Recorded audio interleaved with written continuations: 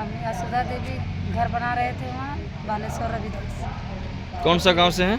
गाड़ी से तो उदय सिंह को गया तो मारपीट करने का बोल नहीं जगह एक घर नहीं बनाने देंगे न वहाँ मेरा ज़मीन है भागे यहाँ से न तो फिर यहाँ मार के आपको ये दफना दिए जाएंगे तो ज़मीन छोड़ के जाइए यहाँ से न तो काम कम करेंगे।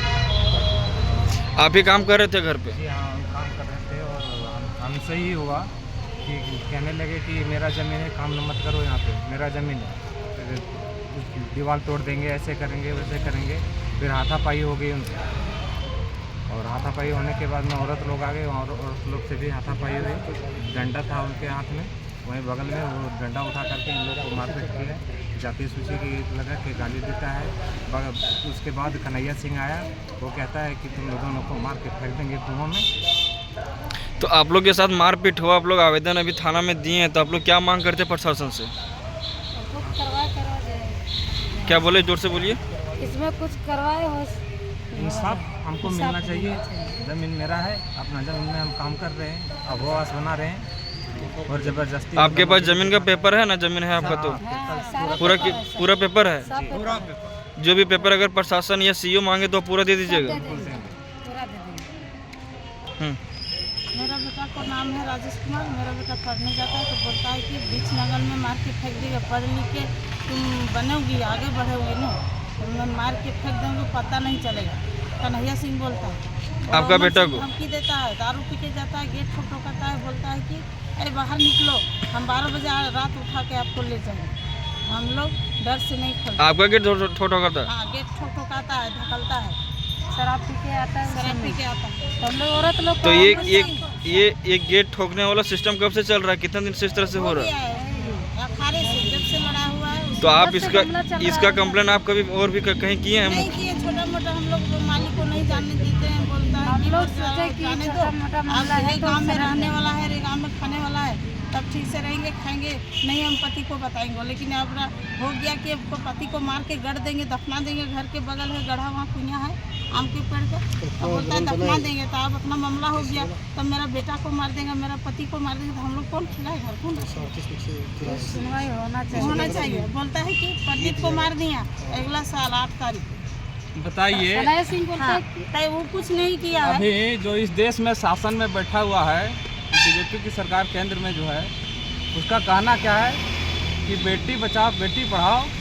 और यहाँ मामला क्या आ रहा है कि रात में शराब पी के मनुवादी लोग, सामंतवादी लोग जाके दलित परिवार का घर में दरवाज़ा ठोकता है शराब पी के, उसको धमकी देता है। उसका बच्चा पढ़ रहा है, ये उसको मतलब सहा नहीं जा रहा, उससे उसको जान से मारने का धमकी दे रहा है। मेरे अंगना में बेटा बैठता है कुर्सी ये पर, सामंतवादी लोग, मनुवादी लोग, इन लोगों को सबक सिखाना पड़ेगा। कानून व्यवस्था के साथ हम लोग मिल के सबको एकजुट होकर लड़ेंगे और ये पीड़ित परिवार को हम लोग न्याय दिलाने का काम करेंगे, चाहे इसके लिए हम लोग को कितना भी कोशिश करना पड़े। ये सामंतवादी मनुवादी को चलने नहीं देंगे हम लोग को। और इन लोग को ज़मीन हड़पने का जो लोग प्रक्रिया चला रहा है, मैंने वो लोग सिस्टम बना लिया है कि जो गरीब परिवार है, कमज़ोर परिवार है, उसका ज़मीन हड़प लो और घर बना लो, मार पीट दो, भगा दो। ये सिस्टम चलने नहीं देंगे हम लोग इस तरह से। अभी प्रशासन से क्या मांग करते हैं आप? हम लोग प्रशासन से यही मांग कर रहे हैं कि इस परिवार के साथ, ये दलित परिवार के साथ न्याय हो और इन लोग को न्याय मिले। और इन लोग का अगर ज़मीन जो है अगर कोई हड़प रहा है तो उसको ज़मीन का सुरक्षा कराए। तो यहाँ के शासन प्रशासन यही उम्मीद करते हैं प्रशासन से, और यही हम लोग मांग कर रहे हैं। और ये इन लोग को मिलना चाहिए, न्याय मिलना चाहिए। ये जैसा जैसा मामला उठ रहा है, आज दरवाज़ा खटखटा रहा है, कल कुछ और करेगा, तो इन लोग का मतलब मन कितना बढ़ गया है। इसलिए हम लोग प्रशासन से उम्मीद करते हैं कि जाके लोग मतलब न्याय व्यवस्था, इन लोग को न्याय मिलना चाहिए। प्रदीप को मार दिए 8 साल पहले, कुछ नहीं हुआ। और भोला और बलेश्वर को और राजेश को मार देंगे ना, कुछ नहीं करेगा।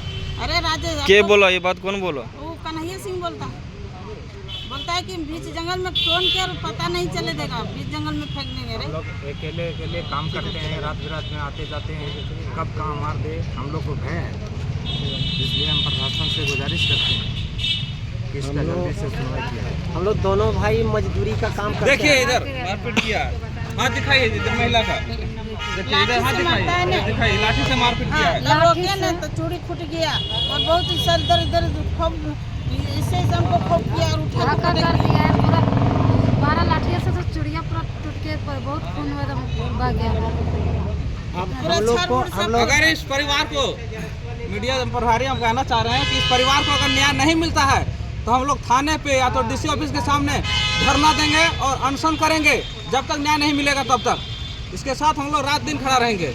और बड़ा बेटा को मार दिए और बोलता है ये बेटा को मार दिया। बताइए, इस परिवार जो रो रही बिलख रही है, इसके साथ न्याय मिलना चाहिए, हर हाल में न्याय मिलना चाहिए। यही हम यहाँ के प्रशासन से मांग करते हैं और नहीं होगा तो हम लोग मुख्यमंत्री तक जाएंगे और इसको न्याय दिलाने का काम करेंगे हम लोग। हम दुख काट के पढ़ा रहे हैं बेटा को। जवान लड़की रहता है, हम लोग अकेले घर में रहते हैं, ये सब दोनों अकेला एक जवान बेटी है, कमाने जाता है 8 बजे 7 बजे संध्या आप लोग को मार पीट का भय बना हुआ।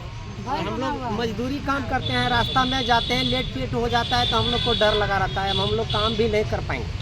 उन लोग चारों तरफ लगा रहता है, आदमी सेट कर दिया। नजर में चढ़ गया 10 साल में अगर हम नहीं मारेंगे लेकिन जान से मार देंगे। मेरा नाम राजेश कुमार है। हम स्कूल पढ़ने जाते हैं तो हम लोग बोलता है अरे चमार का बेटा पढ़ लिख के तुम ऑफिसर बनेगा रे, तुम पढ़ाई करेगा रे, तुमको मार के बीच जंगल में फेंक देंगे। कौन बोला ये बात?